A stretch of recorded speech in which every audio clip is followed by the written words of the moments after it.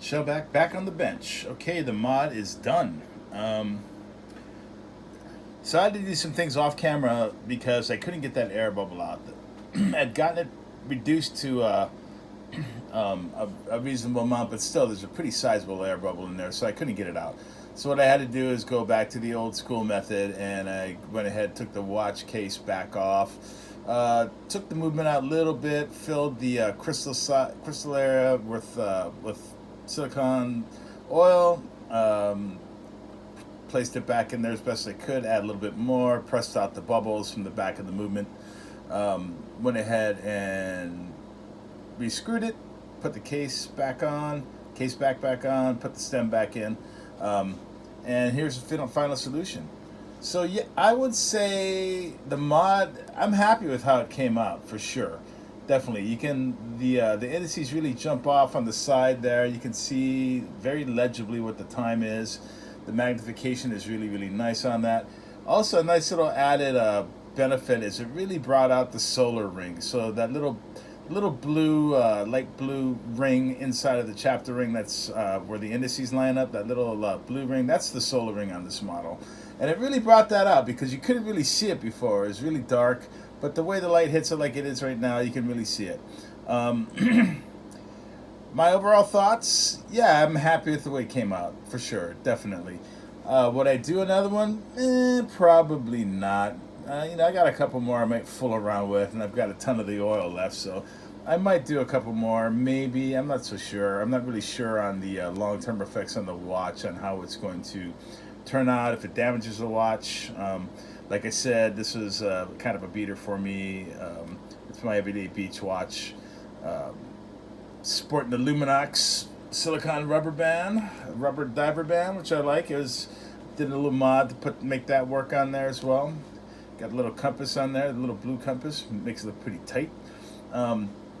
Yeah, I like how it came out. It came out all right, but jury's still out. We'll see how it comes out. I'll wait another month or so, and I'll give an update on that, let you know how it is. Definitely, when I put back the watch, there's definitely a deep cleaning you have to do to get the silicone solution off. I've got no leaks on it right now, which is nice. But basically, it's just hot water, dish soap, and I take a little toothbrush that I use to clean out my watches, and just lightly scrub down the watch. I had to do it like 3, maybe 4 times to get all the residue off of the watch itself. But it came out really nice. Make sure you rinse it out really well, of course. Hot water, and then I assembled everything back together, and so far so good, no leaks.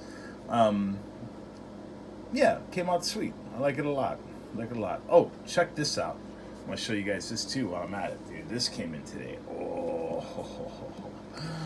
Oh, yes, sir. Check that baby out. Okay, so this is from Long Island Watch. Mark over at Long Island Watches. Love that guy, bro. He's super. I don't know him, but I watch his channel all the time because I learn a ton of shit from the guy. Anyway, he's making his own watches now. If you've never seen Long Island Watches, never checked them out, you should. They put out quality stuff, man. They do.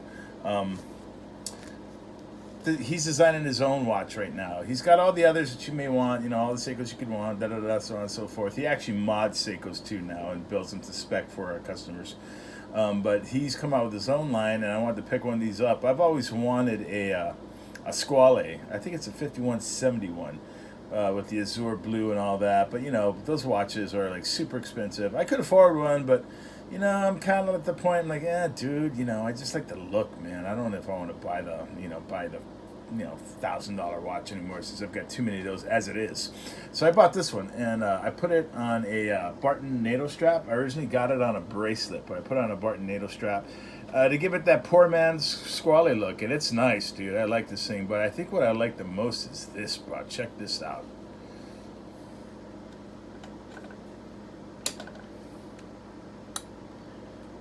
Oh, that's what I'm talking about. Yeah, dude, that is badass. Look at that. I love the illuminated bezel. That's fucking tight for sure. I love it. And with the silicone and the Seiko, dude, that's styling too. Pretty awesome. Anyway, show back here. in Honolulu, Hawaii. Just wanted to share my experiences on hydro modding a Seiko solar PADI. I hope you guys try this mod out. Get yourself a little beater watch, a little Casio, maybe an Enduro, something like that. $50. Actually, Casio also has another watch that's even cheaper than that for like 19, $20. It's a quartz. So it's a good way to start the process if you really want to check it out. And I recommend everybody give it a try for sure. You know, I mean, if you're a watch guy like myself, you know, yeah, you're gonna want to kind of check this out for sure. You can take a look at what I'm talking about. So, granted, that's a deeper chapter ring, but if you look at the Seiko, you can actually really see the indices pop out on that, which is one of the advantages of hydro modding. It's a scuba diving thing. It actually increases the water resistance of your watch because you know anything about physics, which I don't. But anyway, supposedly you can't compress oil, so instead of having the air into the case, you have the oil into the case, so it neutralizes that effect. So, in essence, from what I understand, you increase the water resistance to at least like, I think it's like 200% or some crazy number like that. Anyway, show back, coming to you live. I'm out. Have a good one.